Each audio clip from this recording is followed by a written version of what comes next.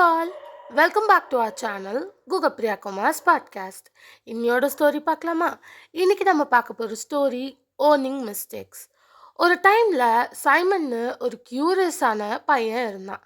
அவனுக்கு adventure stories படிக்கிறது ரொம்ப பிடிக்கும்.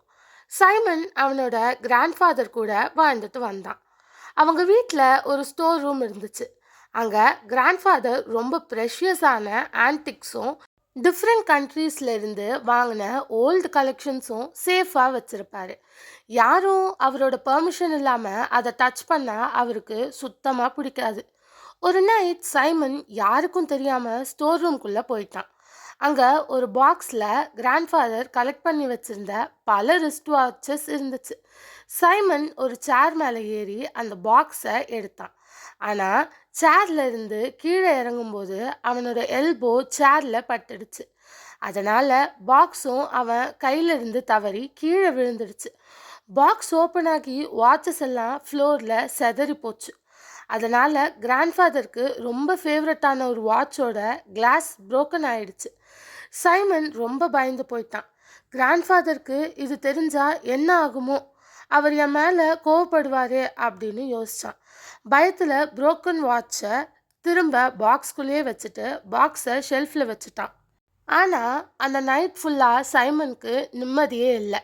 பெட்டில் படுத்தாலும் அவனுக்கு அந்த புரோக்கன் வாட்ச் தான் ஞாபகம் வந்துட்டே இருந்துச்சு.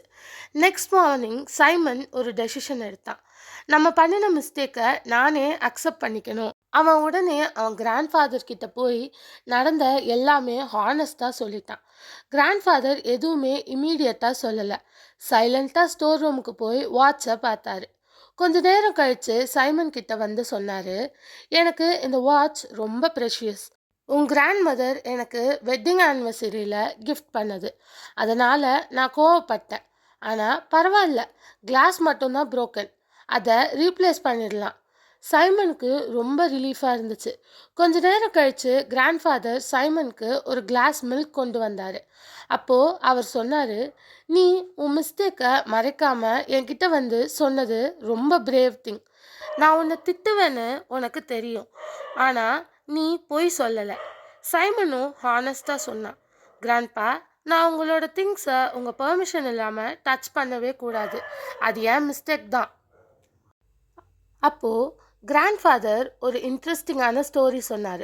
சைமன், நானும் உன் ஏஜில் இருக்கும்போது என் அம்மாவோட ப்ரெஷியஸான ஃப்ளவர்ஸை ஆக்சிடென்டலாக கீழே போட்டு உடச்சிட்டேன்.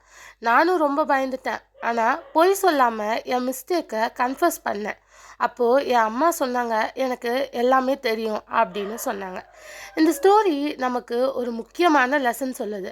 அதாவது இந்த ஸ்டோரியோட மாரல் என்ன தெரியுமா? மிஸ்டேக் பண்ணுறது தப்பே இல்லை, ஆனால் மிஸ்டேக்கை மறைக்கிறது, பொய் சொல்கிறது தான் ப்ராப்ளம். நம்ம பண்ணின தப்பை அக்செப்ட் பண்ணி எஸ் இது என் மிஸ்டேக் அப்படின்னு தைரியமாக சொல்லணும்.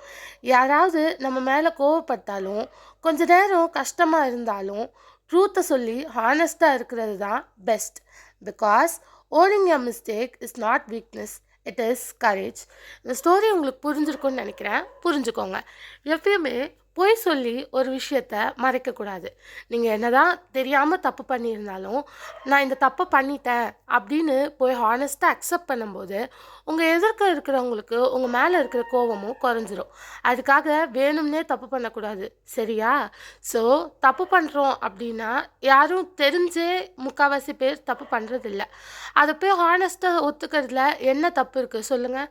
சாரி, நான் தெரியாமல் பண்ணிட்டேன், இது என் தப்பு தான் அப்படின்னு சொல்லி அக்செப்ட் பண்ணும்போது எதிர்க்க இருக்கிறவங்களுக்கு கோபம் வரதான் செய்யும்.